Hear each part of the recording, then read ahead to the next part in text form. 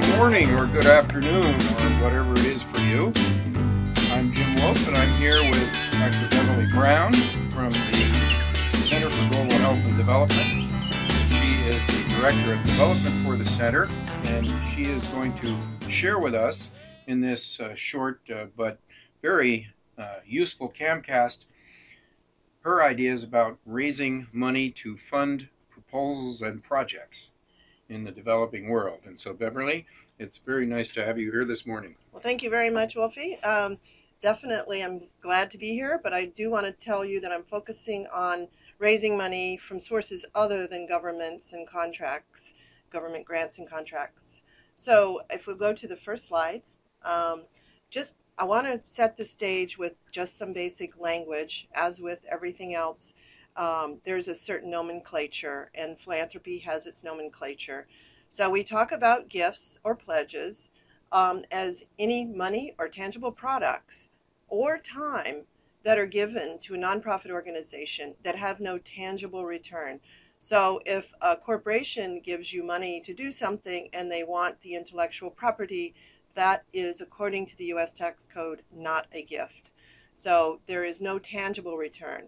That doesn't preclude the giver to ask for annual reports or an accounting of how the money is used. But the money can be used, depending on how the gift is negotiated, to support things that are important to the organization. And I do have cookies, that is literally cookies, events that are social events or scientific exchanges, conferences, research. It can support people in various ways, salary, travel. It can support buildings, renovations. But most of all, what it really supports are compelling cases. So I hope after you go through this session, you will have a sense of what makes a compelling case. Donors are anybody. They can be corporations, foundations, family foundations, individuals, so that money can come from anywhere as a gift if there's no tangible return. Now, there are two major types of gifts that you need to understand, one of which is designated. That means the donor says, I'm giving you this money and it must be used for this particular purpose. And that is designated. Their second type is discretionary.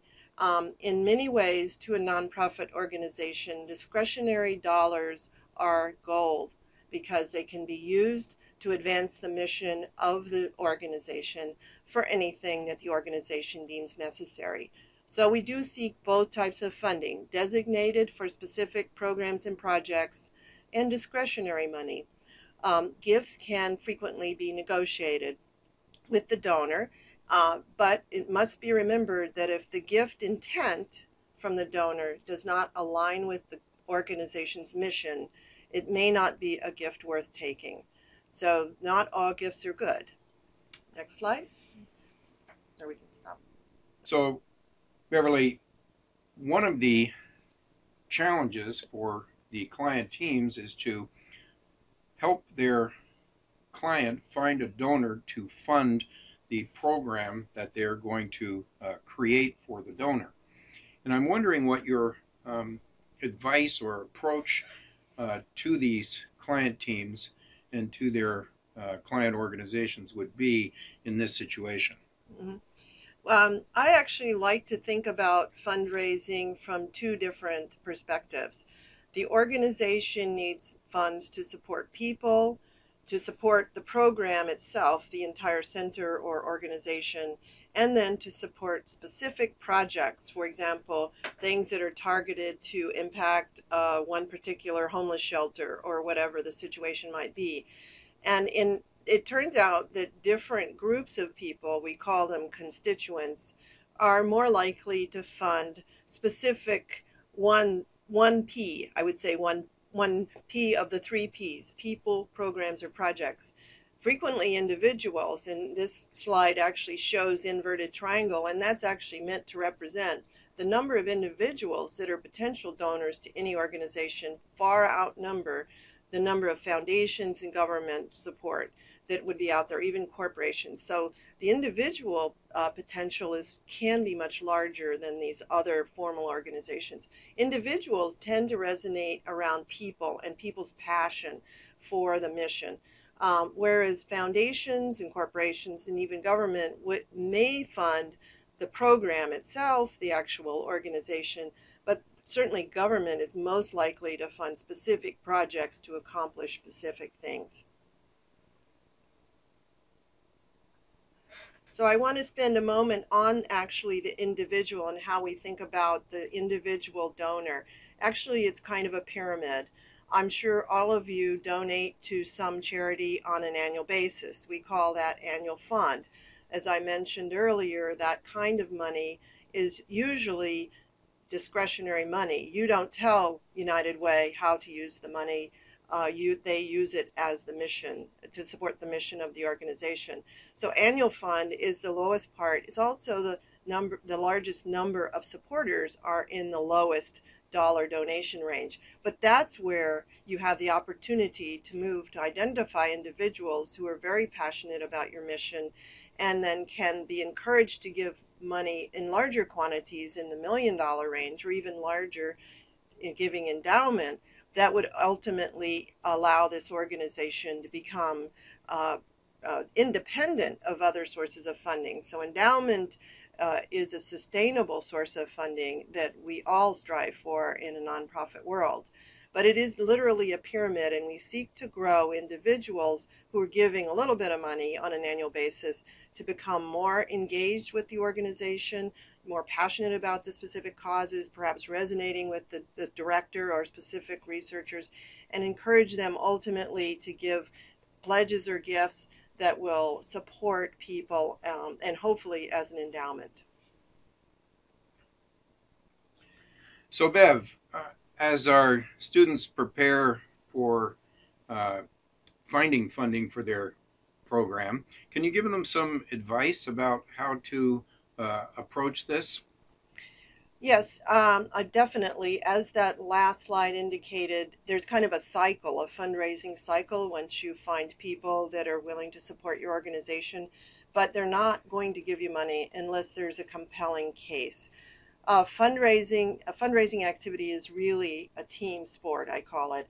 There are two major parts of the team on the organizational side, on the nonprofit side, and that is the one person I call the principal, which can be the principal investigator, the person that's going to be doing the work. It can be the director of the organization, the president, whoever it is that's really going to be able to articulate how the money will be used and be very specific about building the case. And then there's another person who's the fundraiser, and I really advocate this two-person kind of good cop, bad cop sort of dynamic. The fundraiser is the one that works with the principal, and the fundraiser is thinking like the donor will think. Is trying to ask the questions that the donor will ask. And then once those questions are answered to this fundraiser's satisfaction, they're able to defend the case for raising money specifically. So there's a first part of the process in this fundraising cycle is to articulate the case. And we'll actually give you some templates on how you can do that. And once you've articulated the case, then you know the elements that you need to raise money for, and then you can generate your list of suspects. Suspects are people we think might be interested in supporting different elements of that project.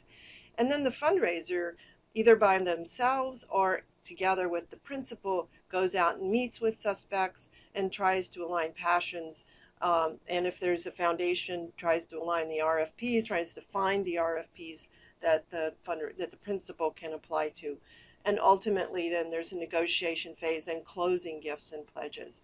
But that's not the end of it. Once somebody's given once the gift has been used, then there's more. We thank them, we cannot thank them enough, the donor, and then we make more asks. Yeah. So Bev, if I could just break in, the real task for the client teams is in this first box to articulate the case and list the potential donors that might fund their project. And the second two boxes are really for their client. Once the program has been designed, the client can use the information provided by the client team about donors to make the case to their prospective donors and to see if they can raise money. Absolutely right. That's oftentimes the best thing a consultant can do is this first part of the process. The rest of the process, as you can imagine, can take weeks, months to years. So now let's get started. Let's roll up our sleeves. And what you see on this next slide is actually a template that I've created. It is meant to be something for you to think about in this class, but you can create your own. But for me, these are the types of questions that I'll be asking the principal, and we'll then fill it in, and that's how I build the case. And here we see an actual, a real live example of Don Thea, who had a case. He was trying to develop the funding, find the funding for expanding the perch study, which is in Lusaka, Zambia. And this was to actually be testing infants' stools for MDR-TB to see if they had TB. And you can't easily check it through normal means with a small infant. So this was a study. He wanted to raise money for it. He came to me. I quickly asked him to put together a pretty detailed budget. You can see salaries, research costs, no particular research costs specifically here. A lot of the budget is around travel and living in country and consumables, and then the instrument. It turns out that after further questioning, I discovered that there's a genetic system that is used, that Cepheid has distributed, that they were planning on using, that Don Thea was planning on using. And initially he thought that he needed to buy the instrument. But as we talked through the details of the study, he didn't really need to own the instrument. So we discovered that when we broke this apart, that the salary money can come from Thrasher, which is a foundation that will frequently support travel and in-country activities, as long as there's other donors. And in this case, Gates was partially funding some of this work from the original larger proposal. And it turns out Cepheid was very willing to contribute the use of an instrument to the team because they actually had one in Zambia. And we are currently negotiating getting the consumables. So actually the amount of money we raised was the salary only, but we're going to be able to accomplish all the work through this distributed, if you will, distributed strategy. Is that okay? So now I guess, Bev, it's time for the client teams to put together all of this information and their analysis of it into a concise case that they can provide to their client that instructs them, their client, on how to approach and get funding for their program. Right. This is the point at which the fundraiser now starts to think about, put themselves in the shoes of the donor. And what's important to the donor? The donor, if I went to the donor and just showed them the previous worksheet filled out, they would look at me and say, why should I support that? How many people are there? Who are you? What's your organization? So now the fundraiser has to put together, then I actually create kind of a nice one-pager, I call it, a one-pager with nice pictures and so forth, and nice fonts, and well done, very articulate, crisp language of trying to define, number one, the actual need in human terms. So in the case of TB, of these infants with TB, how many are there in the region? How many kids are dying of it? What is the impact in human terms? What is this organization, BU, in this case? What's the Center for Global Health? The organization, what's its makeup? What's its mission? Is it a very viable organization? Did you just drop on the scene yesterday, or have you been sustainable? Do you have a good reputation? Those kinds of things need to be conveyed. What makes our organization, the one you're trying to help, unique? Why should I support you versus the one down the street that's trying to do the same thing? But more importantly, what are the future plans for the organization? And if the organization is currently viable, why do you need more money? And the more money is really about the plans, and you need to articulate the plans, why more money is needed. And I generally try to make this a bit of a Chinese menu, in that trying to articulate a small plan, a small need for more money, a medium need, and a large need. So small, by that I mean for an organization, maybe 20 to 10 to 20 to $30,000.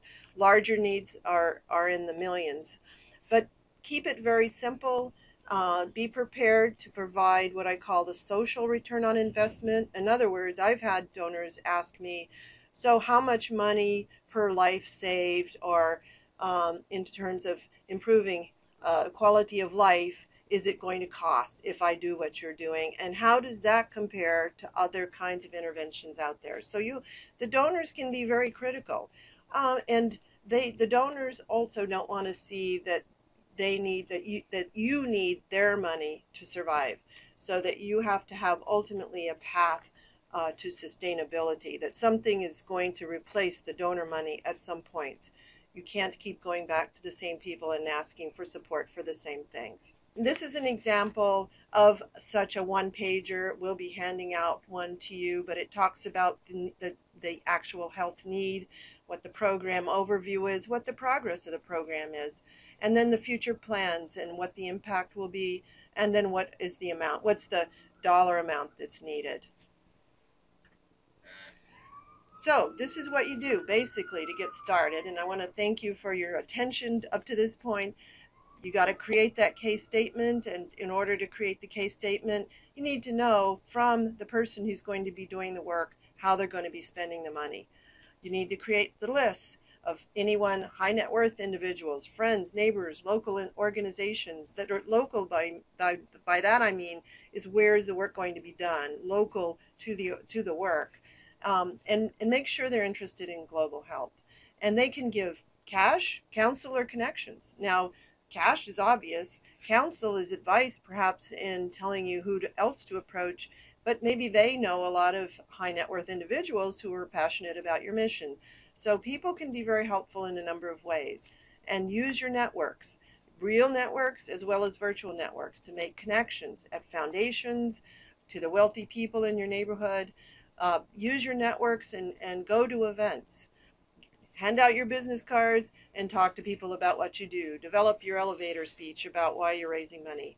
And don't forget to ask. So many times people forget to make the ask.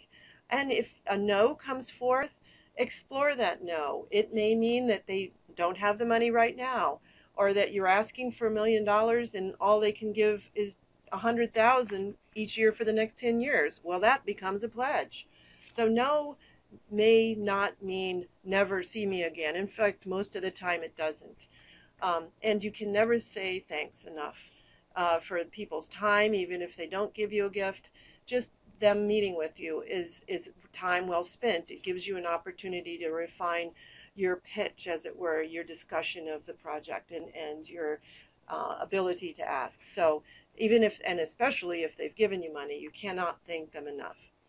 So it is an iterative process. You have to have a thick skin, so don't, you're going to ask a lot of people for money and not get what you want, but you have to keep asking, because your passion for the mission is what's going to make the gifts happen.